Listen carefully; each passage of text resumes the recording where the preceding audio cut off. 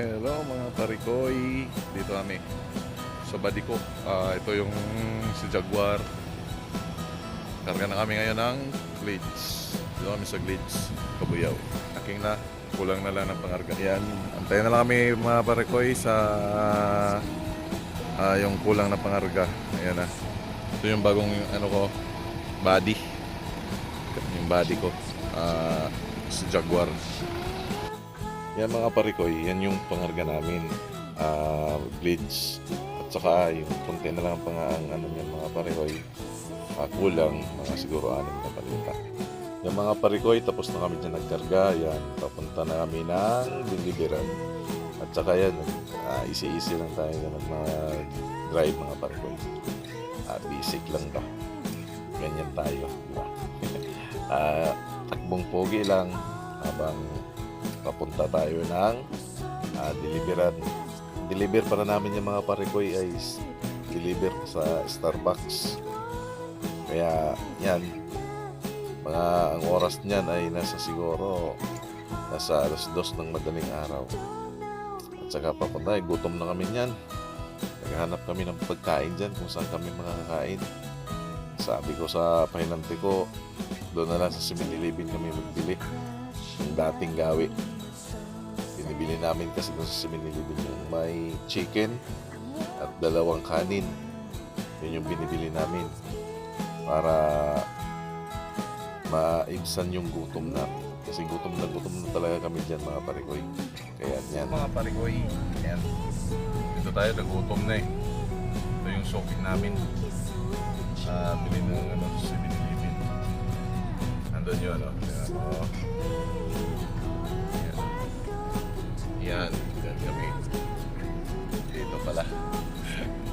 7-Eleven. Yan, kita niya 7-Eleven. Yan, binibila namin ng chicken.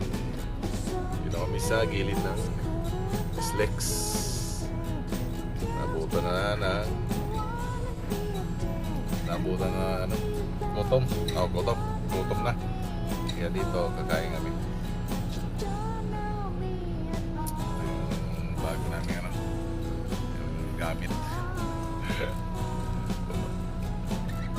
Yan mga parikoy, mamaya naman kakain tayo. Yan mga parikoy, yan. Dumating na yung pahinanti ko. May dala na siyang ano, pagkain. Ang problema dyan, hindi fried chicken yung nabili. Ang binili niya ay chicken nuggets at saka yung chicken fillet. Yun yung nabili niya. Tapos 2 box yan, tag-2 kanin, 4 na kanin kumbaga. Isang ano, kaya yung ginawa namin, kinain namin yung isang box ng pagkain na yan. Tapos yung isang box niyan ay kinabukasan na namin kinain. Para pag mag-discarga kami, makakain na kami. Kasi mahirap mga parikoy na kakain ka ng gutom. Kakain ka ng ano, na mag-discarga kayo ng walang kain. Yun ang mahirap.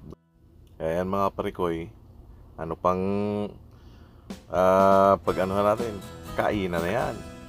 Kaya hanap mo na kami na ano, nanapan ko yun kung paano ang tamang pwesto ng pagkain dyan.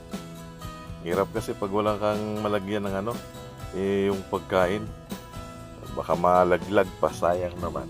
Kasi minsan nalaglagan na kami ng pag magkain kami, nalaglag yung mga pagkain yan. Kaya yan, ayan, inuna namin yung yung gravy. May gravy kasi yun. Kasi yung inuna kong pagkain dyan ay yung chicken nuggets.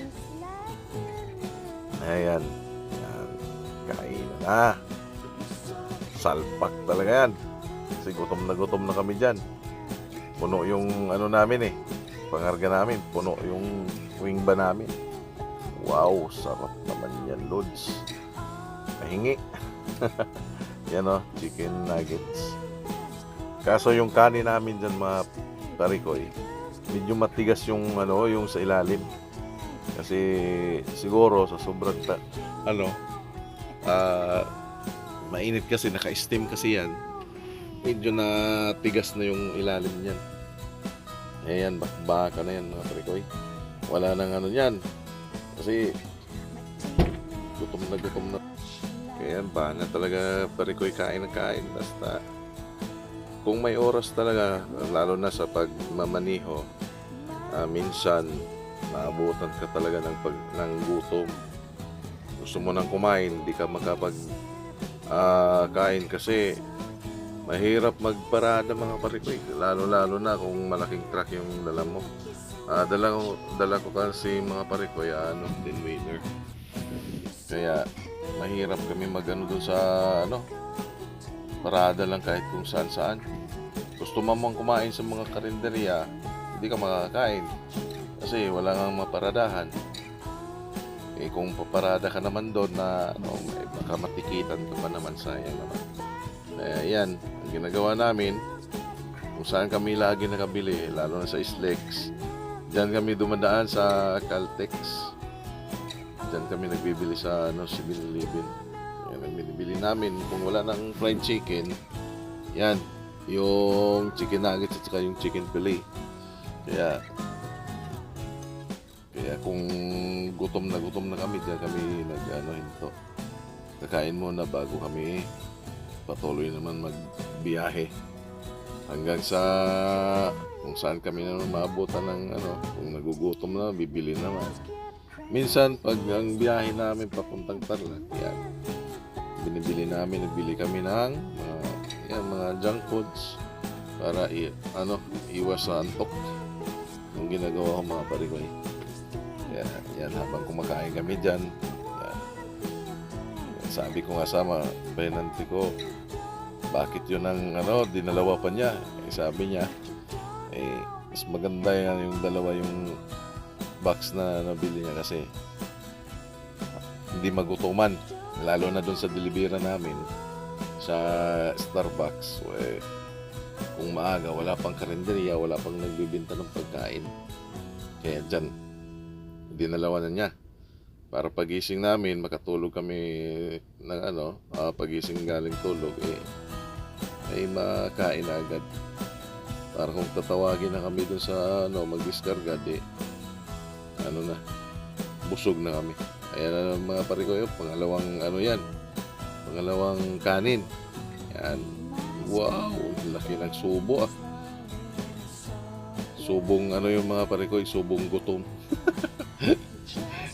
gutom na kasi pagpasensyahan yung mga parikoy ganyan kung ganyan yung kain kasi wala na, pagkain na talaga o kanin ang pagtingin ko sa sobrang gutom na yan. Kaya grabe talaga parikoy, kain.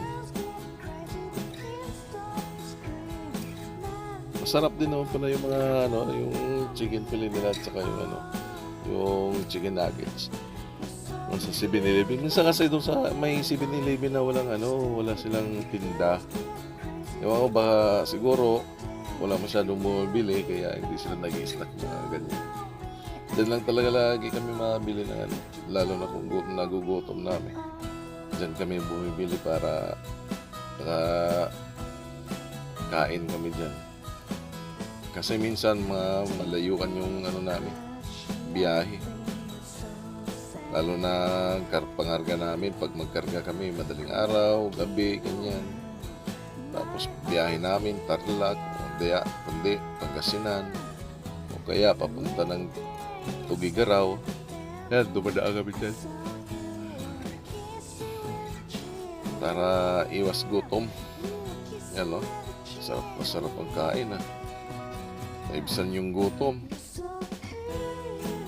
Yan, barat lang para patuloy na mas pagmamaniho.